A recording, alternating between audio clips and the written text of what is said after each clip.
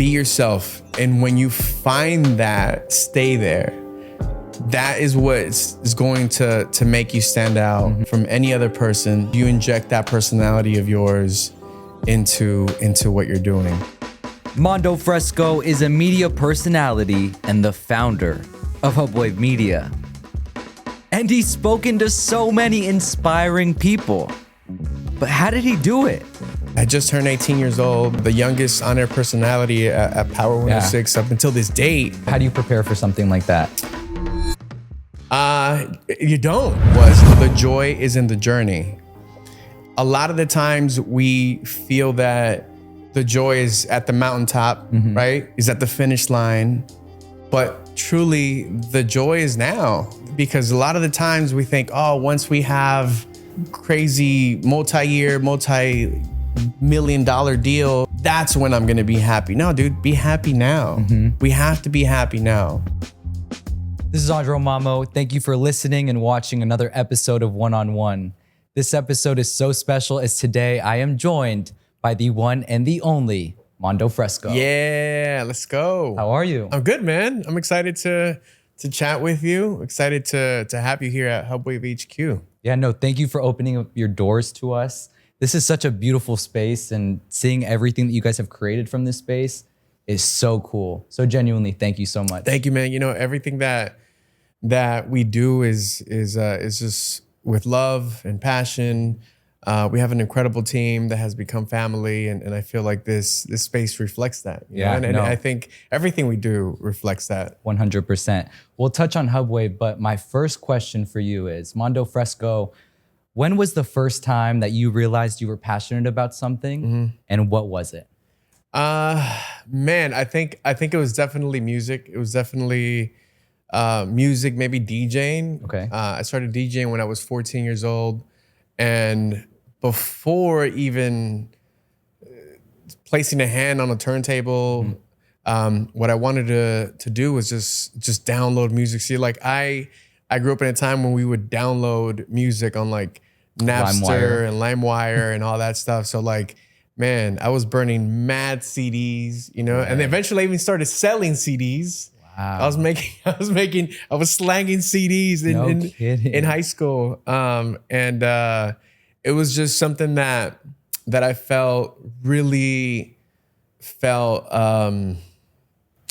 it just felt organic, man. It just felt right. It just felt like home, you know, just being in that space, listening to music, and then sharing music, right? I would let my friends borrow CDs and they would be like, oh, burn me that, you know, or, you know, and then eventually I just said, you know, I want to start DJing. And at that time, my parents were like, no, we're not supporting that financially. It was something that I wanted to do, and I wanted to buy some turntables. I asked my dad if he could help me out, and he was like, nope.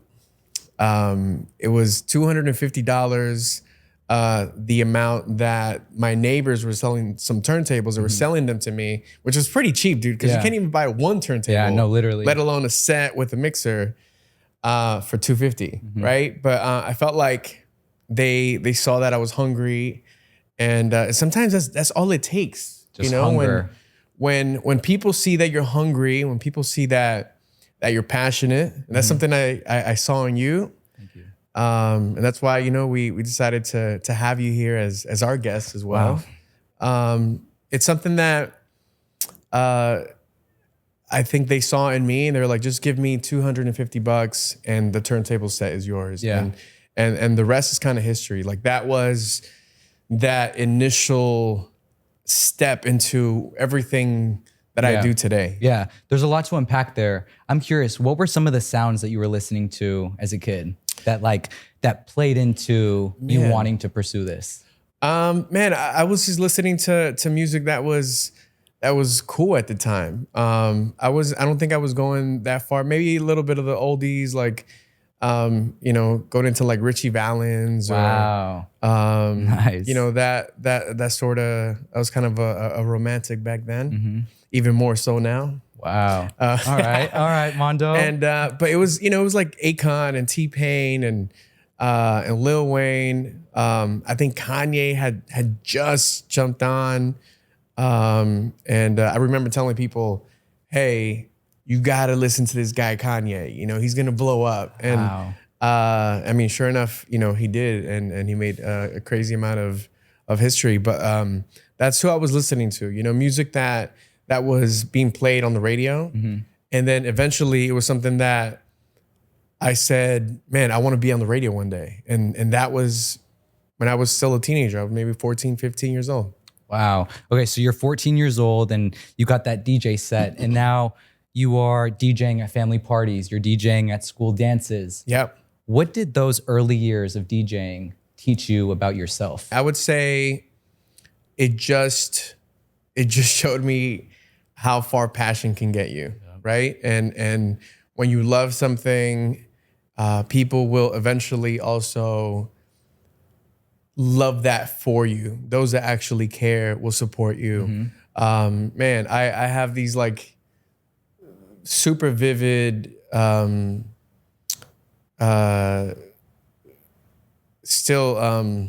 memories of when I would get off from a gig 2, 3 in the morning, maybe even past that. And, you know, I was a teenager. I was still living at home with my parents. Yeah.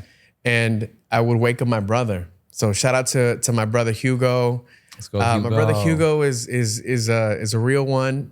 I don't think I give him enough shout outs on anything that I do, but he knows it. He knows I love him, and I would wake him up. Literally, he'd be in bed. I'd go in because I couldn't move the case, the turntable case, and then the speakers. I couldn't do that on my own. So I would like get help at the gig to like load him up to my mom's minivan, and then I would wake up my brother in the middle of the night and say, "Hey, can you help me?" And he knew already, right? He just like wake up and, you know, he'd go and help me bring my turntable set and these big heavy speakers in the middle of the night. So yeah, man, it when you love something and when you're passionate about something, when you're hungry, people start jumping on to that same vision that you have, and that's where the support and the next steps, you know, come about. Yeah. I mean, being a DJ at such an early age, I'm sure that you experienced so many different things, but I'm sure you also experienced some rejection at that time. Yeah. I was just young, man. Like, you know, who wants to hire a 15-year-old at an adult gig? I feel like that was possibly, I honestly, I was doing a lot of work and really getting out there in my teens. Okay. So I feel like the age was a big hurdle that I knew eventually that goes away, right? But at the time, it's tough to get booked. Or it's tough for people to, you could be great, but like, you know, if you're a 14, 15, 16-year-old, to get booked at a wedding or something like that, at the time, I mean, high school dance, I mean, the kids, the faculty at the school, they knew I played. So they were like, yeah, Mando. For sure. Well, that's an easy in, right? But I feel like to do the big gigs, especially back then, it was definitely probably the toughest part. It probably showed you how bad you wanted this, though. Oh, for sure. For sure. Right. I just knew that it was temporary, right? You know, even when I started at the radio station, when I started at Power, you know, the youngest on-air personality at Power 106 up until this date, you know, I had just turned 18 years old, and same thing. You know, I was a kid. I was a kid in the hallways for a couple years. But to preface, like, you went into Power 106 in the promotions department, correct? Right. I was in the street team. Very quickly, you became the youngest on-air personality in station history. Yeah. For one, what does that mean to you? But number two, How did you go from being in promotions to having your name on the marquee at the nation's most popular hip hop station? Yeah, I think about that all the time.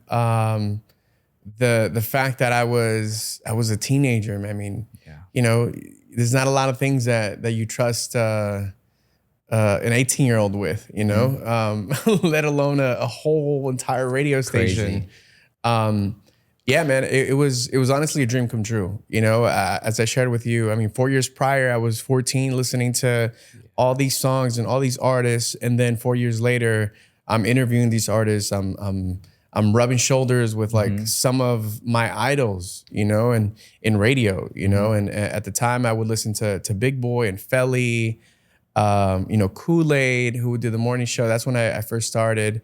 Those were my OGs, you know, and I know, you know, a few of them are still, you know, killing it in that. And it was a dream come true, to be honest with you. And it was even wilder and bigger than a dream come true because some of these opportunities that I got to do, I could never even dream of. Yeah, that's another thing.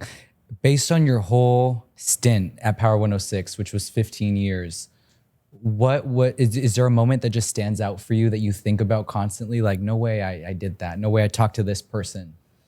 I would say just the first thing that pops up is just going on stage at our powerhouses, at those big concerts that we had, our summer shows, or you know, then we had different concerts throughout the year, and just talking to 20,000, 5,000 plus people, you know, in the stands. That was pretty wild for me because they literally were like, go, you know, you're up. Crazy. And I think the first time I hopped on stage, we had a comedy show called Comedy Fiesta. Okay. And that was at the Verizon Amphitheater.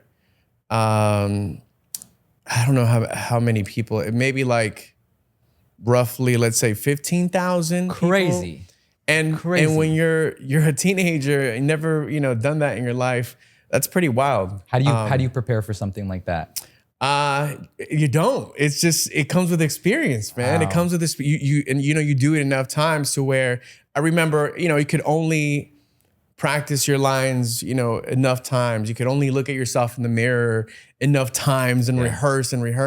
But it gets real when you go and you see that wave of people, The energy. and then at that amphitheater, when you would speak, it would echo right back at you. So I was like, what up, LA? What up, OC? And then it was like, what up, LA? What up, OC? I was like, oh man, I did not think this was gonna happen, right? I wasn't expecting that. But that I feel was the most exciting thing for me was hopping on those stages and just getting to make eye contact with the people that were listening to us, you know, and it was all love every single time. To have that connection it was beautiful. Yeah. So I worked in radio for a little bit, but I feel like there's a lot of people that look at radio and there are just so many aspects that are overlooked. In your opinion, what is the most overlooked aspect of working in radio? Radio, when I was in college, I'll share with you, I would drive at like 6 a.m. and I would listen to Big Boy's Neighborhood. Hello. And I was thinking, man, this gotta be the coolest and probably one of the easiest jobs, I thought. But I feel like that's the biggest misconception because as a listener, you think, oh, these guys, these people have so much fun doing it that it must be the easiest job. You just pop a mic and you just talk. Oh man, that's a dream job. It is a dream job, but there's a lot of work that goes into it. To get there, yeah. To get there and to stay there, you know? And I feel like that's the biggest misconception of radio is that it's a lot of work. It takes a lot of professionalism, and you know it's a grind, man. It doesn't pay a lot, you know, especially when you start up. You know, for many years, you know, I was a struggling artist, as they say, and I was on the radio every single day. Crazy. And I feel like that's another thing too. People may think that radio pays mad money. No. And it didn't. You know, unless you were like a top morning show or a top afternoon gig or something like that. Other than that, and it's changed a lot too. I feel like the money is even tighter now than it was then to pay to host and talent. So a lot of the talent need to stay busy and grind and work outside of the radio station. And I mean, pretty much that's what I started doing was I was Mando Fresko on the radio on Power.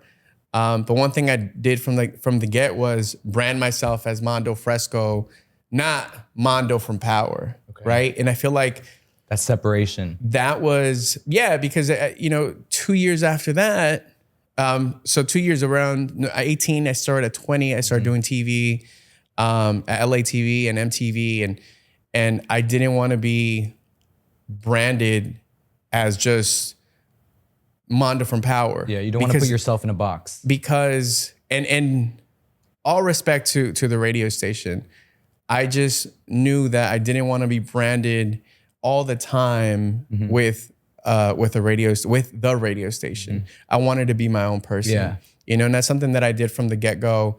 And I felt like it helped me a lot because it just didn't, box me in.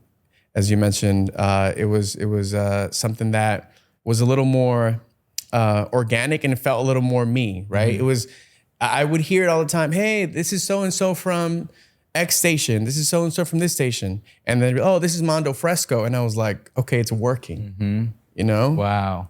No, and your time at Power was obviously a defining time in your career, 15 years. For sure. And after 15 years, you decided to bet on yourself and you made a move to Cali and you started their first morning show.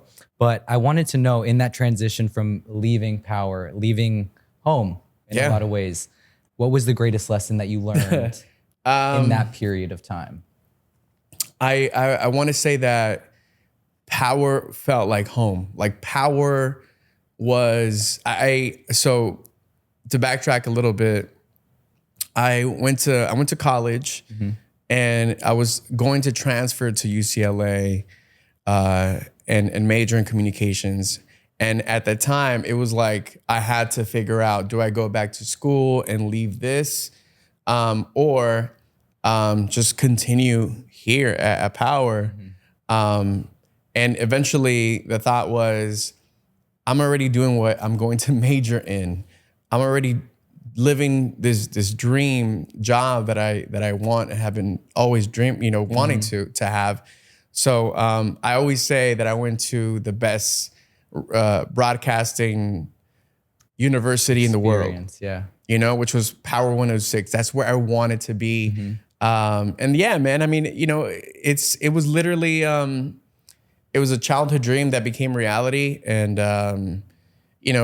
I learned so much that I still apply up until this day, working there at Power. I made a lot of friends, made a lot of relationships with artists. And, that's where I started to learn how to move professionally, how to network, which is, key. And how to, and on the business side, I would spend more time on the sales and business side, hanging out with all the sales execs, more so than hanging out in the in the broadcast room. I would spend time over here because I wanted to make money. On the other side, on the talent side, we were all friends. We already knew each other. We could hang out whenever, but I wanted to learn that. So I spent a lot of time on the sales side. And by the time Cali came about, Cali 93.9, that was sort of a graduation moment for me. To kick off a morning show, to launch a morning show in LA. We had a lot of fun. Jessica and Caro, It was a fun show, especially when we first started. It was like we were like kids, you know, just, you know, they gave us the keys and we were just fooling around, messing around, joking every morning, and it was beautiful. That's how you want to start your day every morning.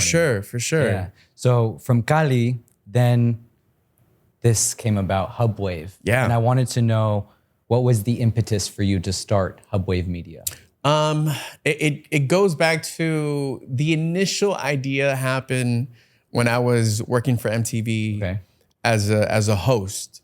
So I had a show called What's Good on MTV2, and that show we would send the footage to New York, to Viacom out there in their office in New York City, and they would hire a production company to shoot me, to record me, to film me in LA. So I kind of had this like epiphany moment where I was like, wait a minute. So these guys are getting paid to film me. I could launch a media production company to do the same, and we could be a one-stop shop. Exactly. They could hire my company, and then they could hire me as a talent, which is essentially what Hubwav, you know, launched as. And you know, the rest is history. But yeah, that's initially how the idea of Hubwav began. And truthfully, that transition was very quick. Like, you went from employee to boss, like within like 2 years.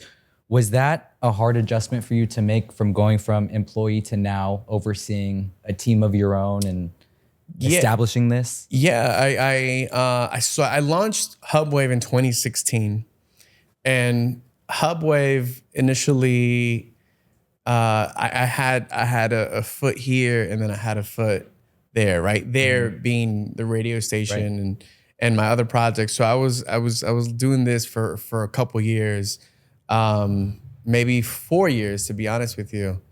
And it was something that I knew I wanted to do, and I just didn't know when I would have to make that leap, when I would have to make that jump. And in 2020, in the year 2020, in January, before the pandemic happened, I decided I talked to the team over at Cali, and I said that I wouldn't continue there, and it was, you know, all full of love and respect. You know, they told me that the door was always open, you know, to go back if I wanted to, and I just knew that it was time. I knew that it was time for me. I knew that it was a perfect time, and January of 2020, that's when I made the full leap to work on Hubwav, and the last 4 years have been the best 4 years of my life and career. I love that.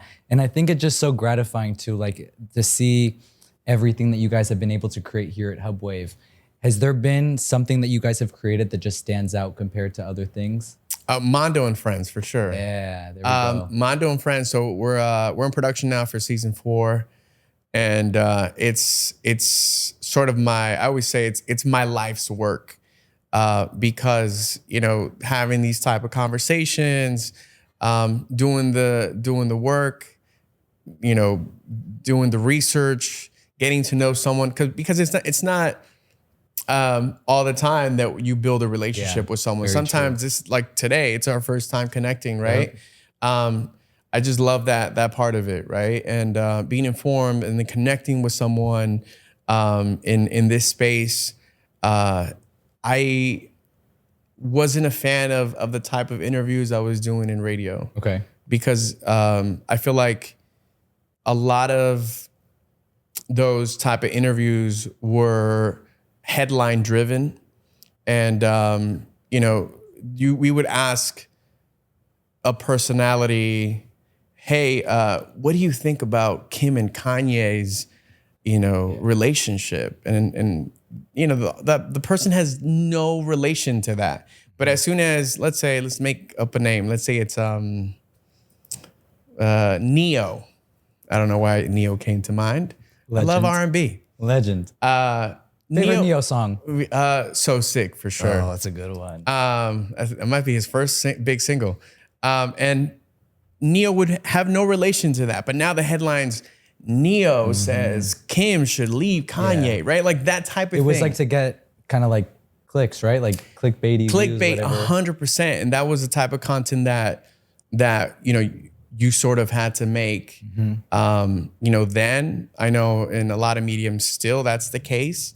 But that wasn't me. That I wanted to have real conversations and real connections with people. And that's what we're doing with Mando and Friends. It's telling someone's journey, telling someone's life, sharing it, and hopefully inspiring and motivating others to do the same. I love that.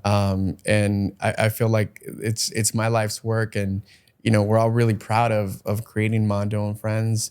We just hit 1 billion streams. 1 billion streams. Congratulations. Yeah, man, and that's insane. That's insane, and even saying it doesn't really connect. To be honest with you, the impact that we've had, but it's a beautiful show. I feel like we're still at the very beginning of it. Even though we're 4 seasons in, I know we're just scratching the surface. We'd love to be on streaming platforms. Have it become a Netflix series, have it become a Hulu series. And I keep saying that because that's where I wanted to It'll go. happen. It will happen. Yes. I believe it. Yes. I believe it. So let me ask you this quick question. So in order to do something like this, to have Hubwave, to have Mando and Friends, you need to have a level of confidence to yourself. And I'm wanting to know, have you always had that level of confidence, or has that been something that you've had to like learn over time? I don't know if I had the confidence. I know I had the love. There you go. And my parents put a lot of love into me. And my mother was really close, still am really close to her. She always just injected that into me, and I feel like that love that you give to someone can eventually feed it and become confidence. Right. And I just felt loved, man, since I was a kid. And I was always really artsy since, I used to love to draw. Then music came and I wanted to DJ, and it was always like hands-on. It was, and then, my parents just loved me and supported me. Earlier I told you my dad didn't want to give me the money, but when I bought the turntables, I saved up for like 2 months. I bought the turntables, I put them right in his living room, and he never told me a thing. Wow. Like he was in like, saca eso para afuera, take that out. Yeah. He just, it was like this subtle, like the support, and I felt it. That's so crazy that you say that, because it's just like, it's very similar to the relationship that I have with my dad and my parents. My parents are very supportive since I was 10 years old. Like if that's beautiful. Called KTLA every day, they took me to KTLA. Like we made that happen. But my parents own restaurants. Nice. So can you imagine for their oldest son to be like, you know what? Like, I don't know if I'm gonna be the one to take over the restaurants. For them, it must have been like what the heck? Like, it must have been crazy, but they never stopped supporting. Nice. Yeah, and it was like one of those things, like hearing you tell your story about your parents, I'm like, wow, like it's very similar. And I think it's just inspiring to see who you are, just because I know that love that your parents gave you helped shape 1,000%. Yeah, I mean, that will change a kid's life, and they will take it into adulthood. Yeah. I don't have kids yet. If I have kids one day, that's what I plan to do, man. I feel like, I'm not going to, pressure them into doing what I'm doing or anything else. I know that as long as they have that, a lot comes with that, right? A lot, you give someone love, respect comes from it, confidence comes from it. It's just, passion, knowing that you can put your heart into something and and it'll work out. That comes from that as well. And, I also feel like as an adult, you have to be a little naive for things to really work out. Okay. Because it's not always going to. No.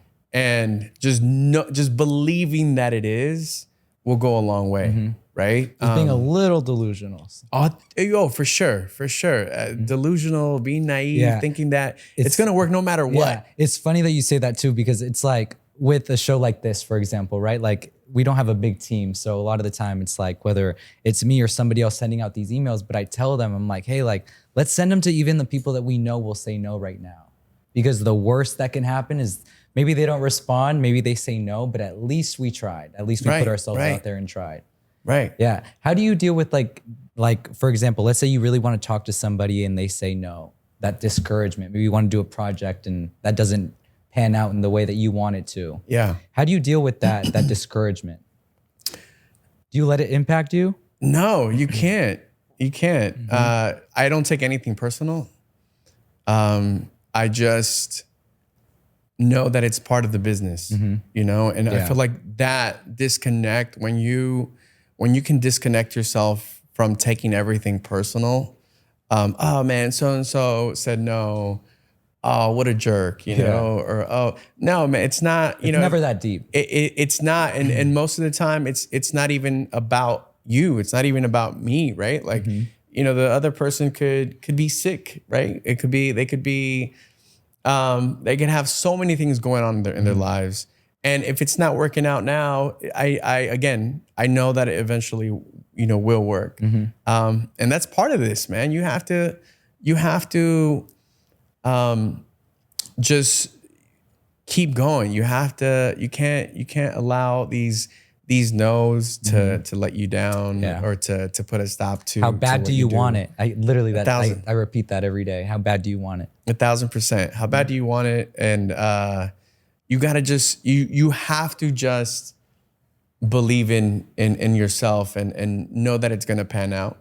A lot of the times when we do something, I'm not gonna say a lot of the times, but many times, when we have to do something, it's not always like life isn't always planned out, right? We can't always plan every detail. But I just know that it's going to be great. It's going to work out. Yeah. It's going to pan out, and it might be a little different than you picture it, but at the end of the day, you'll get to that finish line. There's days where they're crammed and I don't know how I'm gonna do, these 100 things today. But I just know that it's gonna happen and it's gonna get done. And what a blessing that you could do that in that day. Like, you know what I mean? Like, I feel like there's a lot of people that just let life happen and whatever. But I'm very grateful for literally thank you for allowing me to set up these cameras today. There's always something to be grateful for. Oh, for sure. I haven't really talked about, or I haven't talked about this outside of my team and my family, but I was really sick for about 6 weeks. Okay. Which is a lot. It's a month and a half of not being able. I couldn't speak. I could hardly. I have asthma. Wow. So I had asthmatic bronchitis, and it got really, really bad. And it's times where you can't believe that it's happening to you, right? It's times where I didn't know how long I was going to be in that in that manner, in that health wise was going to be in that place. There was a moment where my doctor walked out, and as he was about to shut the door, he says, "Hey, it's going to take time." And there was a sort of relief, odd relief, because you don't want your doctor to tell you it's going to take time. You want him to be like, "Hey, you're going to be as good as new, in 24 hours. That's the ideal." But as soon as he said it's going to take time, there was just sort of like an acceptance that it's out of your control. Yeah, it was an acceptance. It put me at ease, knowing that I wasn't going to rush this, and I had to take it easy and that it was going to take time. And I feel like that's the case with a lot of things in life. It's going to take time. Yeah. And I have to tell you that I'm fairly patient overall. Not just with my career and life. I'm a calm, relaxed dude, you know? I could turn it up when I need to, but I'm chill, man. I'm chill. I'm a lot of people don't believe me when I say that I'm introverted. Okay. I just like to be to myself. I like to relax. My fitness trainer, I have a fitness trainer. Shout out to Isaac. He was telling me, what do you like to do for fun, man? Let's how to work. And I was like, I like to go to the movies, you know? I like to go in the sauna, you know? I'm like, are you like living my life? Like, geez. That's what I like to do. I'm a super chill guy, you know? And I feel like what we do in our line of work is the opposite of that, you know? So when I'm not going 100 miles per hour, I just want to relax and take it easy. Yo, me too though. I'll be sitting there like reading books, like watching movies, literally same thing. I want to quickly transition to the LAFC. Yeah. You grew up in Los Angeles. You are the official music director for the LAFC. What does that mean for you? You know, again, being in LA and living the culture that is football, right? That is football. That I grew up with that. I grew up in this community. I grew up playing the sport. You know, my dad is the biggest, you know, football fan I know, and take note that I'm saying football and not soccer. Okay. Yeah. That's how you know it's real. Football. I love the sport, man. I love what it means to our culture as Latinos. You know, I grew up cheering on the Mexican national team. Okay. That's initially how I fell in love with the sport was watching games with my dad. You know, watching Mexican national team matches, and I played as a kid, as a teenager. And I built a lot of relationships through the sport, which I feel is also special. The community, the soccer, there you go, the football community, and it just happens from time to time. You hear it so much.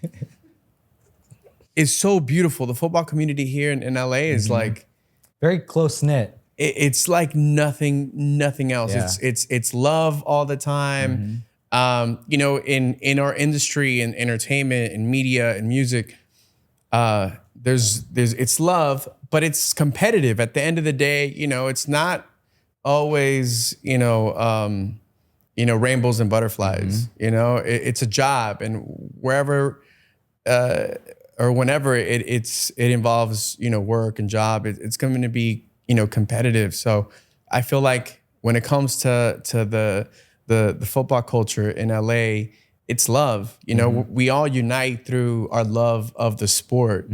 And so with LAFC, I first heard about it in like 2014, and I was like, wait, we're gonna get another team? This is awesome.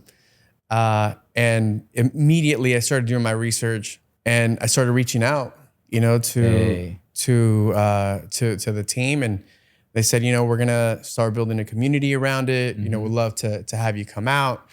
Fast forward to 2016, they launched the LAFC crest, and they asked me to play at Union Station for the launch of the LAFC crest.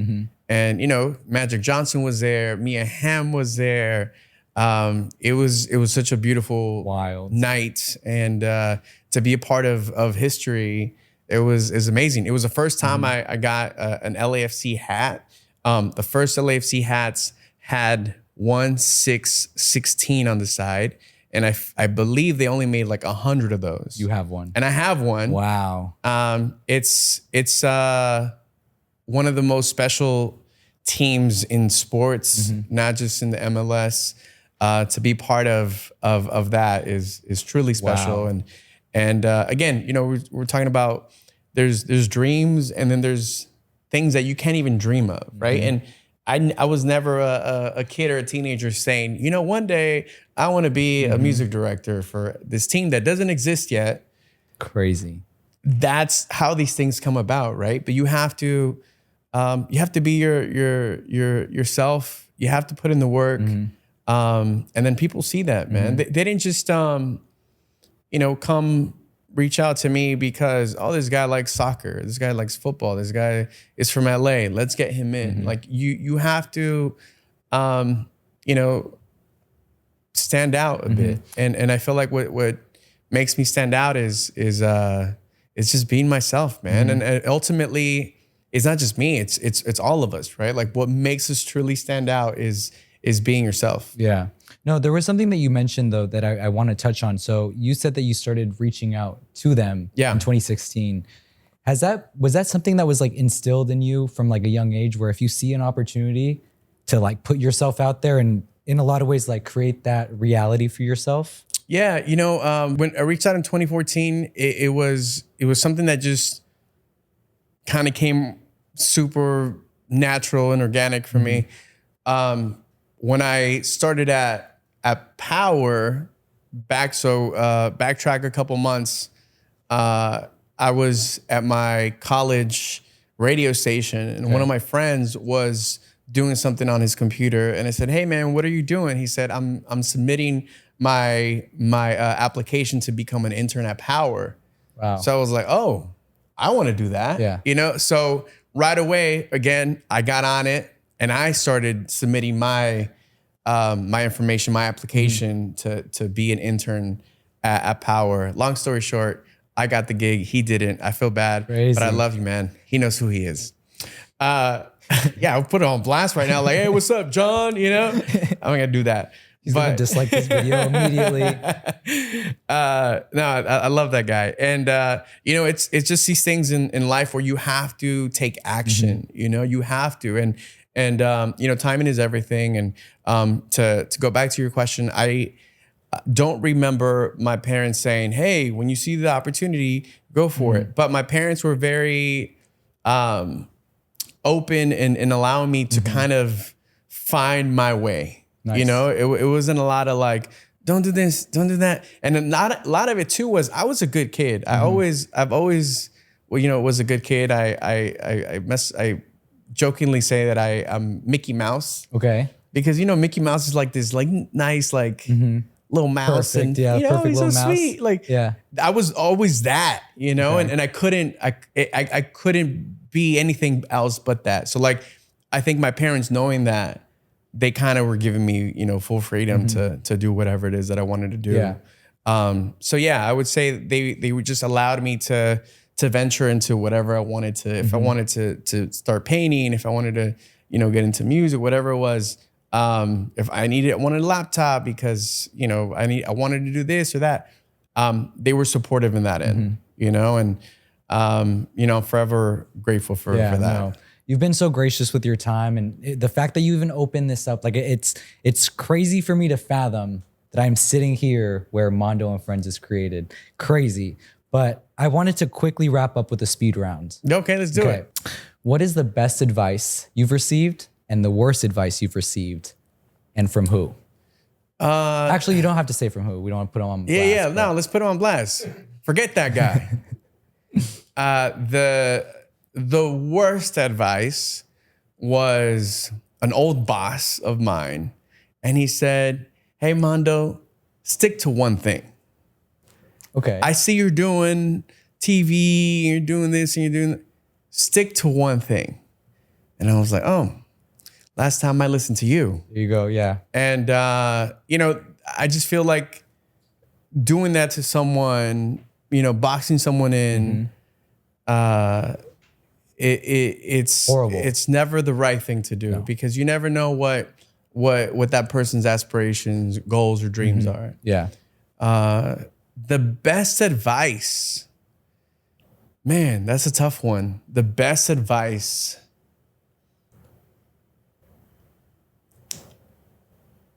The best advice.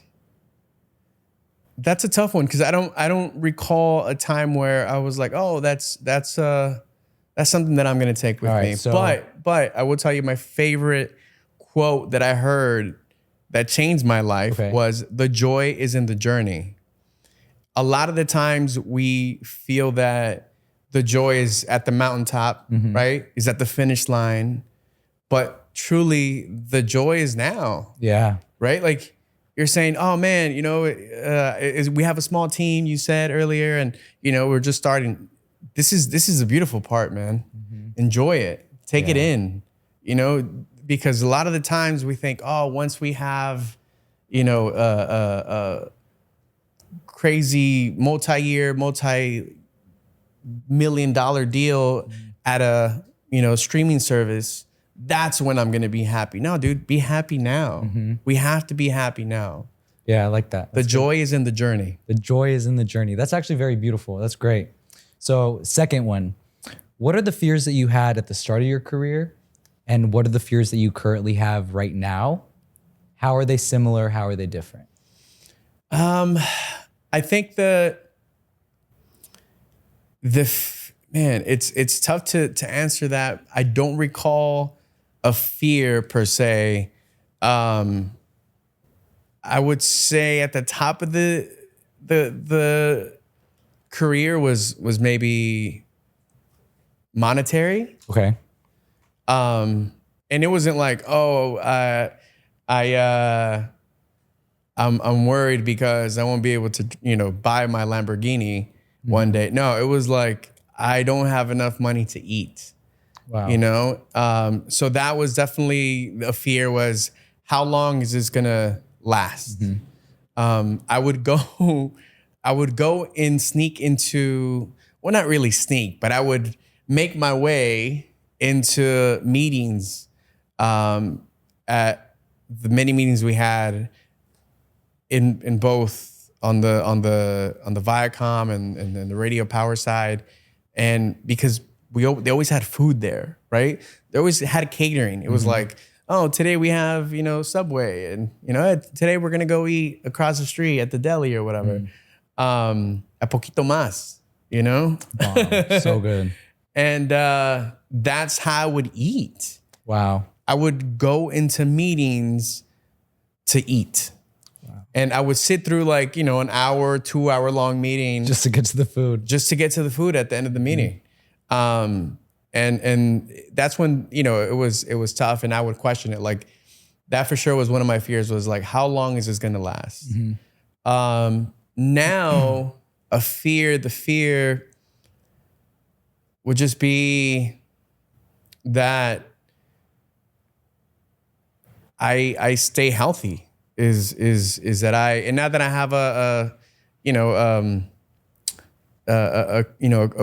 bad or crazy illness now, but I, you know, just going through those type of moments that I talked to you about earlier, health is wealth, man. Health is everything. And I, you know, I've got to experience that less than a handful of times, but that's enough. That's one too many, you know, like even if it's 1 or 2 times that it's happened where you're out, like it was the first time, this last time they happened, which was maybe like a month and a half ago. That was the first time that we had to cancel events. Wow. And we had to clear out the calendar. And you know, I would say that is possibly for sure the biggest fear is to not be in a healthy state to do what you love, you know? And I hate to even think about that. You know, I'd like to be more optimistic and maybe say that I want to remain, you know, healthy, and I hope that that's my future for a long time. But yeah, I would say that just the health part is something that looking back is because I've been on the other side, and it's pretty crappy. It's scary. And now that I'm on this side, you know, it's something where I want to stay here on this side. Good. There's definitely somebody that's watching this conversation that says, oh, I would love to be in Mando's shoes. I would love to work on the radio. I'd love to have my own media company. What is the greatest piece of advice that you can impart onto them in that journey to making that a reality? stay hungry. Be yourself. I can't state that enough. Is we sometimes get lost, especially when we're starting up. We are inspired by others and motivated by others. And sometimes we want to mimic that success or mimic that person, their mannerisms, their voice or whatever. When I first started, I wanted to sound like Felly Fel, you know? Legend. That it was like, you know, my way of starting was, oh, I got to sound like this, you know? And I love Felly. Felly's, you know, one of the greatest to do it. And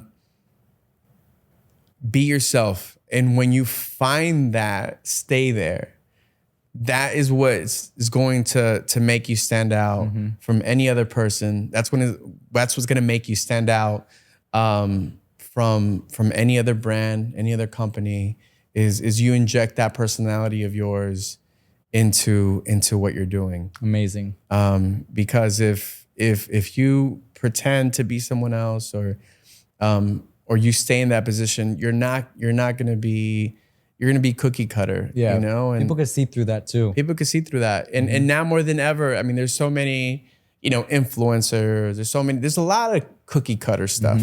Right. And not saying that influencers are cookie cutter, but a lot of the recipes of it becomes a template, like, oh, this is trending, let's do this. You know, oh, this is trending, how about we do that? And when you stay in that lane that is truly yours, that is close to your heart, and you stay as yourself, that's what's really gonna, you know, make the difference. A lot of the times where the biggest opportunities have come to us, have come to me, is when I'm just having a conversation with people, not in front of a camera or behind a microphone, but just naturally just having a convo, and people will be like, hey man, I like you, let's work. And that doesn't happen because I'm being someone phony. It happens because I'm being me. You're being authentic. Right? And again, it's not just me, it's just being you, being me, right? And that's what really is going to make you stand out. I love that. So I like to wrap up these interviews with food for thought.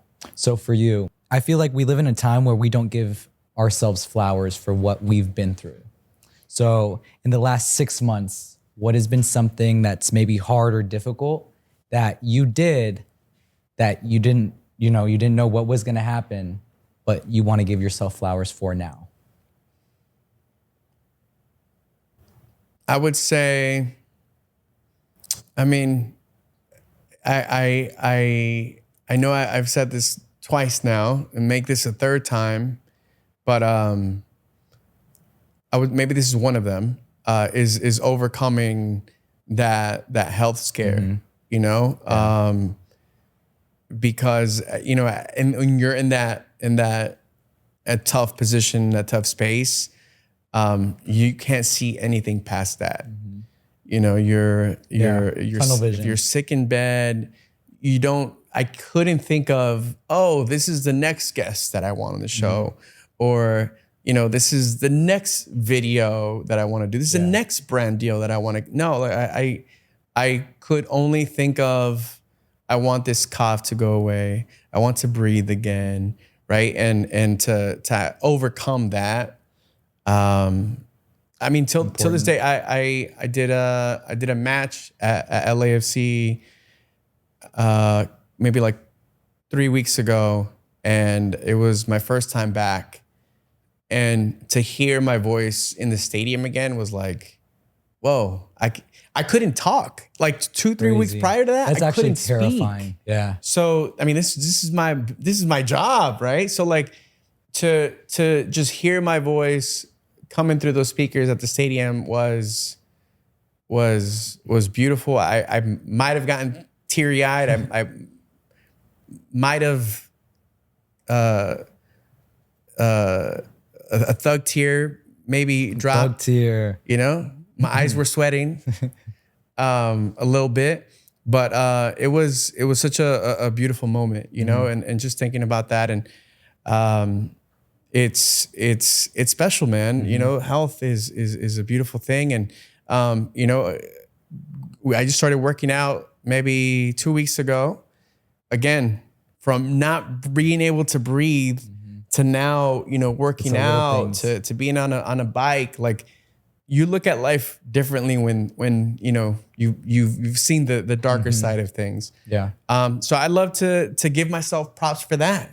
To being able to overcome, because it's not just physical, it's mental. Very mental. When it affects you. It's tough. Even if it's a physical illness that brings you down, it's very daunting. It's very scary, and it messes up your mental health. So I was able to get out of that, and I'm super proud of myself for that. No, genuinely though, like, we're all very happy that you've overcome and you're here. Yeah. It's beautiful. Mando, thank you for your time. Thank you, man. Where can people find you and Hubwav? It's super easy at Hubwav Media. Mine is all my channels are at Mando Fresko, MandoFresko. And would love to continue this conversation. Make sure you follow us. We're doing a lot of really cool, special things, here at Hubwav with my team. Again, it's something that we're really proud of with every single piece of content that we put out. And I feel like we're just getting started, man. And congratulations to you, man, on everything that you're doing, and one-on-one is taking off for you. And I'm super excited for you. Thank you. How do you feel being here and knocking out a full season of one-on-one? Honestly, it's one of the proudest things that I could be proud of. Like, this is something that it's my baby. This has been a show that I've wanted to create for so long, and the fact that we've did it, it's a blessing. But to be sitting here with you again, like, I've wanted this for so long. Like, 3 years I've been wanting to have this conversation with you. So thank you. I'm humbled, man. I'm humbled. Yeah. Thank you. And EJ, he's a great guy. He looks like a great guy. I just met him today. He's a great guy, but tech genius. But my man, genius. you have a great team, and thank you. Congratulations on everything too, brother. Mando, it means the world. Thank you, sir. I'm Andro Mammo. I just went one-on-one with Mando Fresko. I will see you next week.